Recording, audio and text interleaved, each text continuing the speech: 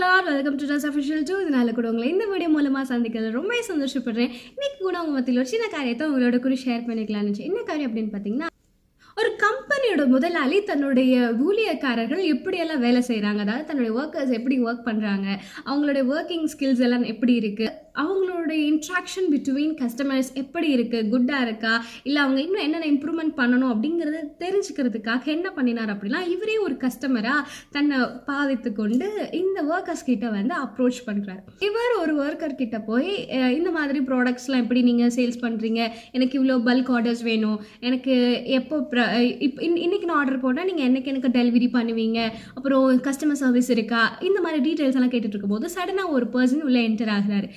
இவர் உள்ளே வந்த உடனே அந்த ஒர்க்கர் என்ன பண்ண, குட் மார்னிங் சார்னு சொல்லி விஷ் பண்ணிட்டு அவர் பாட்டுக்கு திரும்பவும் இந்த ஓனர்கிட்ட பேச கண்டினியூ பண்ணுறாரு.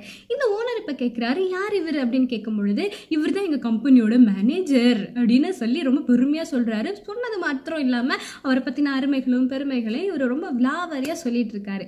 இவர் சொல்கிறத பார்த்தா என்னமோ அந்த மேனேஜர் தான் இந்த கம்பெனிக்கு ஓனர் மாதிரி இவர் ப்ரிட்டன் பண்ணி வச்சிருக்கிறது இந்த ஓனருக்கு தெரிய வருது. சரி சார், எனக்கு நீங்கள் இந்த ஆர்டரை நான் வந்து ப்ளேஸ் பண்ணுறேன், எனக்கு நீங்கள் வந்து இந்த நாளுக்குள்ளே டெலிவரி பண்ணியிருக்கோன்னு சொல்லிட்டு அவர் வந்து அந்த இடத்துலேருந்து கிளம்புறாரு. கிளம்பி கொஞ்சம் நேரத்துக்கு அப்புறம் திரும்பவும் அதே இதுக்கு வராரு. ஆனால் இந்த டைம் வந்து ஓனராக வராரு. ஓனராக வரும்போது அந்த இடத்துல அவருடைய பிஏஸ், மேனேஜர்ஸ் அண்ட் அதர் அஃபீஷியல்ஸ் எல்லாம் இவர் தான் ஓனர் அப்படின்னு சொல்லி பயங்கரமாக இன்ட்ரடியூஸ்லாம் கொடுக்குறாங்க. பட் அவருக்கான ஒரு ஹைப் இல்லாமல் போயிடுச்சு. அப்படி அவர் மீது இருக்க வேண்டிய பயமும் மரியாதையும் யாருக்குமே இல்லாமல் போச்சு. ஆனால் அதுக்கு பதிலாக எல்லாத்தையுமே இந்த மேனேஜர், அதாவது இந்த கம்பெனியை ஹேண்டில் பண்ணுற அந்த மேனேஜருக்கு மாத்திரமே எல்லாரும் கொடுக்குற மாதிரி இவருக்கே தோண ஆரம்பிச்சிருச்சு. இந்த மேனேஜர் கிட்ட போய் இதை கேட்குறாரு, உனக்கு கொடுக்குற மரியாதை கூட எனக்கு தர மாட்டேங்கிறாங்களே, இதனால் அப்படின்னு அவர் மேலே உள்ள தப்பை திருத்திக்கணும்னு சொல்லி இதெல்லாம் கேட்குறாரு.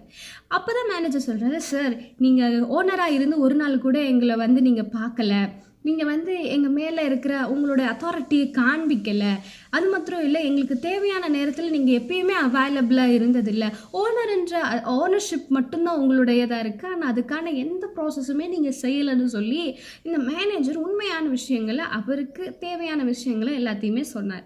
அப்போ தான் இந்த ஓனருக்கு புரியுது, நான் ஓனராக இருக்கிறதுனால வந்து ஓனர் கிடையாது, அதுக்கான தகுதியும் அதுக்கான குவாலிட்டி, அதாவது அதுக்கு செய்கிறதுக்கான எல்லா விஷயமும் என்கிட்ட இருந்தால் தான் நான் ஓனர், இல்லை அப்படின்னா நானும் ஒரு ஆஸ் யூஷுவல் ஒரு காமன் பர்சன் மாதிரி தான் அந்த இடத்துல இருப்பேன் அப்படின்னு தான் அவர் தெரிஞ்சுக்கிட்டாரு.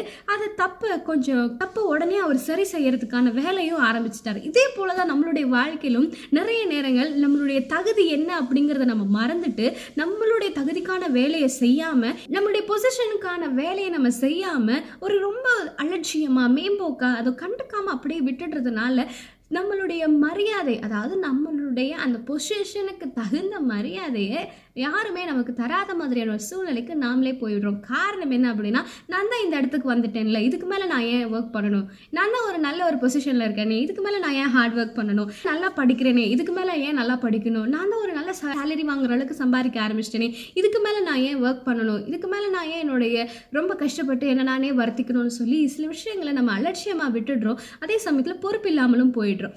இந்த காரியங்களை நம்ம வாழ்க்கையை நம்ம திருத்தி கொண்டால் நிச்சயம் நம்மளுடைய மரியாதையும் நம்மளுடைய பொசிஷனுக்கு தகுந்த அந்த ரெஸ்பெக்டையும் நம்மளால செக்யூர் பண்ணிக்க முடியும்.